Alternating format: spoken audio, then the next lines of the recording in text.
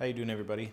I thought I would share a video about which tools, specifically handheld power tools, that I use in the shop. Most of what I have is strangely, well, not strangely, Ryobi. I mean, they've been a cheaper option for me, just being on a budget. So I have the Ryobi Airstrike cordless nailer, the Ryobi 1 Plus HP high performance hammer drill, the impact driver of the same 1 Plus HP, the corded Ryobi jigsaw, and the Ryobi belt sander, the Ryobi 1 Plus HP 7¼ inch circular saw. Yeah, that's it. Sorry. Brain fart there. I also have the 12-volt Makita cordless drill and the newly acquired Bosch impact driver and driver set. So I really like these, I will say that already. Now, I have my loves and hates about this set of the things I've got here. Why not start with the first one I got, which was this belt sander. So this is a 3-inch by 18-inch belt. It works all right. It's not a cordless tool. However, it is handheld and it does what it's supposed to, but the tracking on it isn't that good, even when you fine-tune it with the knob. So, and it's not very powerful. The motor is not very powerful on it. So if you really go to town on it, it'll bog down. I've most frequently used it clamped upside down to use it to grind stuff with, like to refine a piece.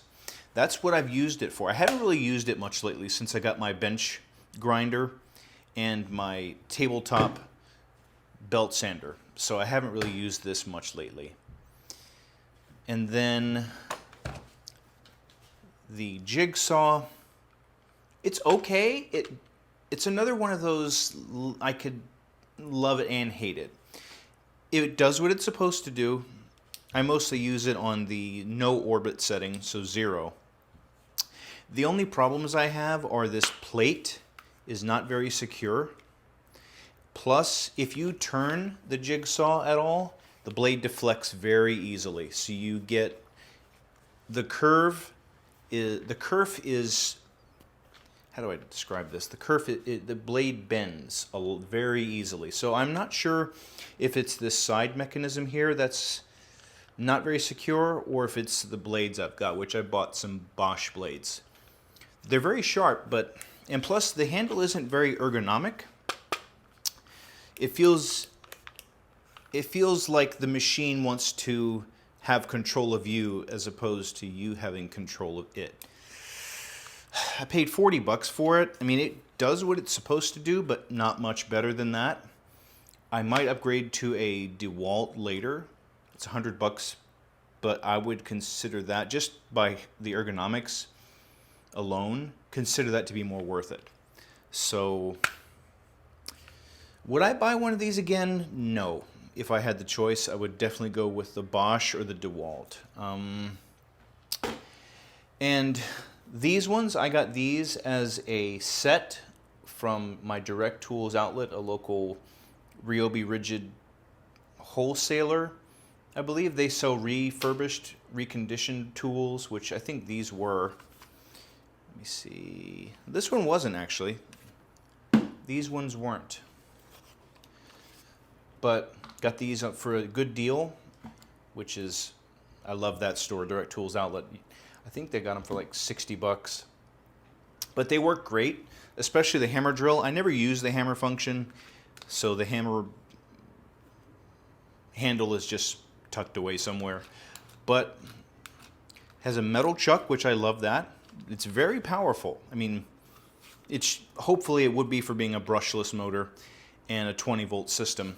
I am finding myself not using it as often as I do, because mostly what I do is drilling 3/8 holes or smaller. So for that, I go with the Bosch set that I just got, which I love these. They're very light. They definitely have enough power for driving screws and things, which I started to get tired physically. My hand and my arms would get tired just using these all day for simple tasks like that. So that's kind of why I did get the Bosch set.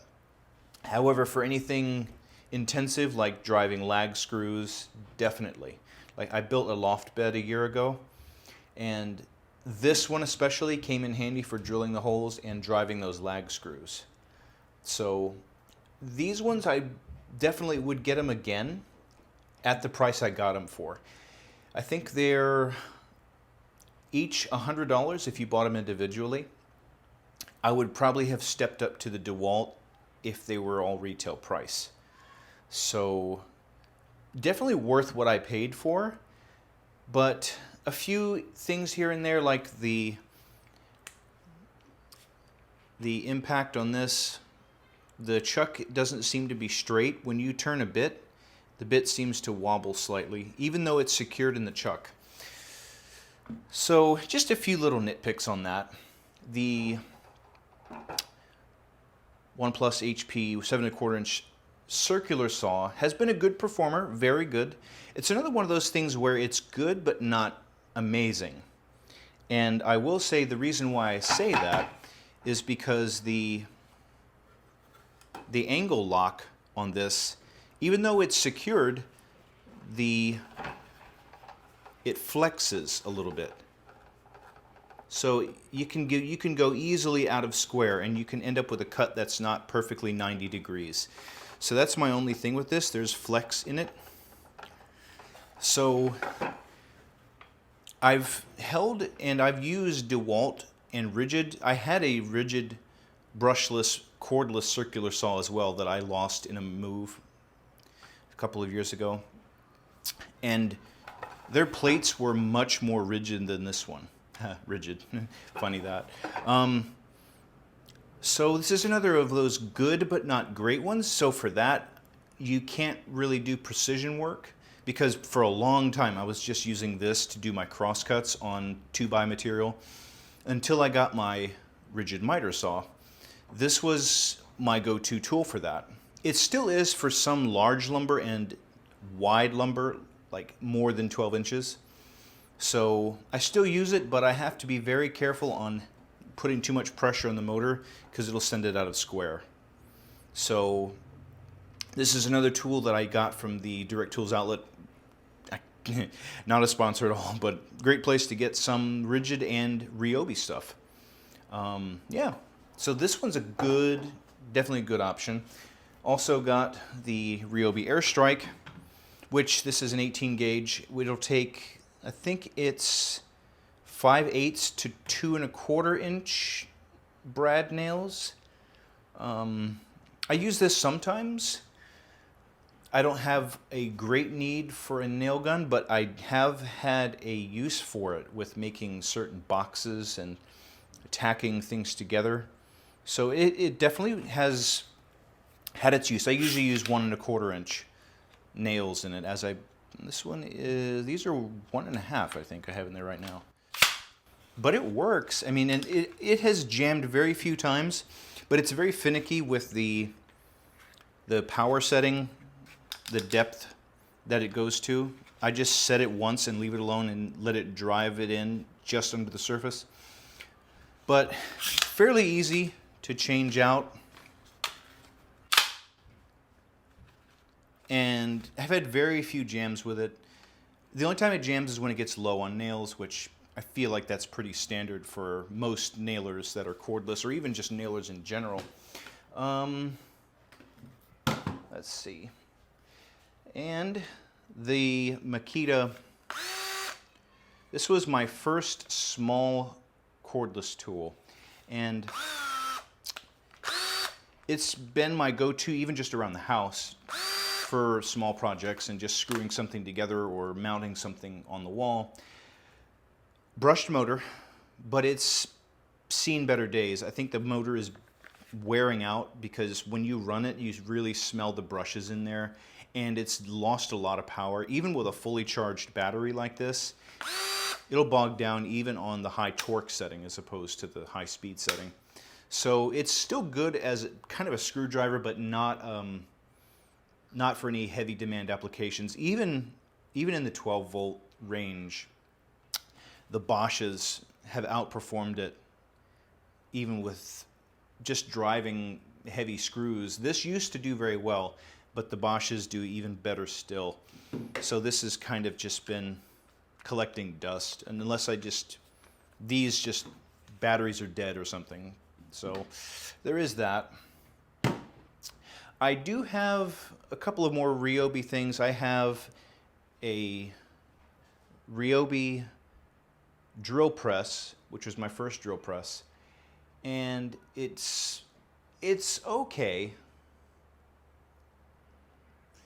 but let me see if I can bring it up here.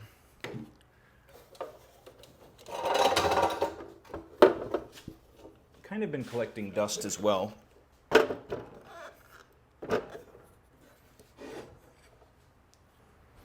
So I haven't really used this very much because, for one thing, the chuck is not straight.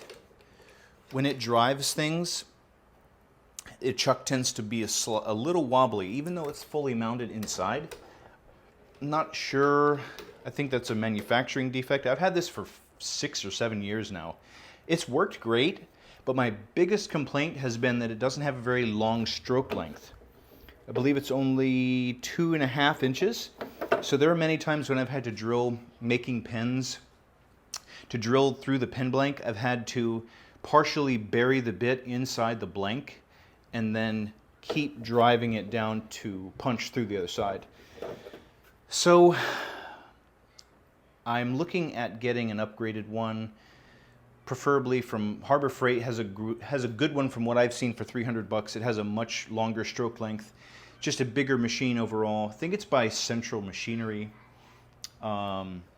Bigger chuck. Looks like it can accept 1/2-inch bits. But yeah, a 4-inch stroke depth. So that's definitely, it would be an upgrade for this as well. But it's another one of those things where it's Ryobi. It's good for the price, but it's certainly not the best you can get. For someone starting out like I was, I would definitely, it's definitely a good budget option. But now that I'm getting more serious into woodworking and crafting in general and being a maker, I need something with a bit more precision. So that's kind of why this one's been collecting a little bit of dust. I haven't gone to it much lately. And underneath my workbench, I have a little portable router table, which has a Ryobi router inside it. When I bought it, I didn't realize it only had a 1/4 inch collet, so it only accepts small bits, which for a lot of the things that I would use this for mounted in a router table, you need 1/2-inch bits, and kind of very limited, because a lot of the straight bits or the spiral up or down cut bits that I would use to make mortises and dados just don't come in 1/4 inch. So I would definitely be looking to switch this one out for a Bosch or a DeWalt that has both 1/4 and 1/2-inch collets. So yeah, I mean, it's another, this has been a theme of the video, but another good but not great option. I think I paid $70 for it. Definitely does what it's supposed to. It works. It hasn't had any issues with chattering, especially if you don't do a very deep cut. If you take things in multiple passes, it does the job. No complaints. So in general, I would recommend the Ryobi tools for anyone who's new and just getting into it. Especially these ones, the 1+ HP tools. Being brushless, you have that advantage of them lasting longer with the charge, being a bit more powerful, and you don't have to worry about changing the brushes, which on things like the Makita, you can't change the brushes. There's no place to unscrew them, so in that way it's a bit of planned obsolescence. So I'm really into the brushless tools of any kind. Would recommend these as for sure for anyone new. The corded Ryobi stuff, if I had a choice, I probably wouldn't have bought them. To be, you know, if money wasn't so much of an issue, I'll say that. I would not have bought them. I would have gotten Bosch or DeWalt in that instance, or even a Porter cable belt sander. But lately, I haven't really found a need for a belt sander other than just mounting it upside down and grinding things with it. Jigsaw, I think the reasons, as I mentioned before, are the reasons I don't use it very much. But having a jigsaw, I think, is very important for making any kind of circular cuts. Although you can use the router if you make a circle cutting jig with it, and if you have a plunge router. But still, I would recommend this one for anyone starting out. I think I paid $40 for it new, about 5 or 6 years ago. For sure, would recommend these. The Airstrike Nailer, yes, I would recommend it, but it's not, when you buy it new, it's not that much cheaper than if you had gotten a rigid or even a DeWalt. And it's a little bit top heavy, so I would get it again. I'm on the fence about that one if I was just starting out and I had known then what I know now. The Bosch set, definitely. In any scenario, I would get these again. So this is a case of, you know, just being on a budget and wanting to get into the craft and needing any kind of way to do something. So, yeah. If you have any suggestions about things that I might have missed or any hidden gems in Ryobi or Bosch or even Makita that I've missed or that you feel could be benefited from, so sure, I'll be back next week for a new video.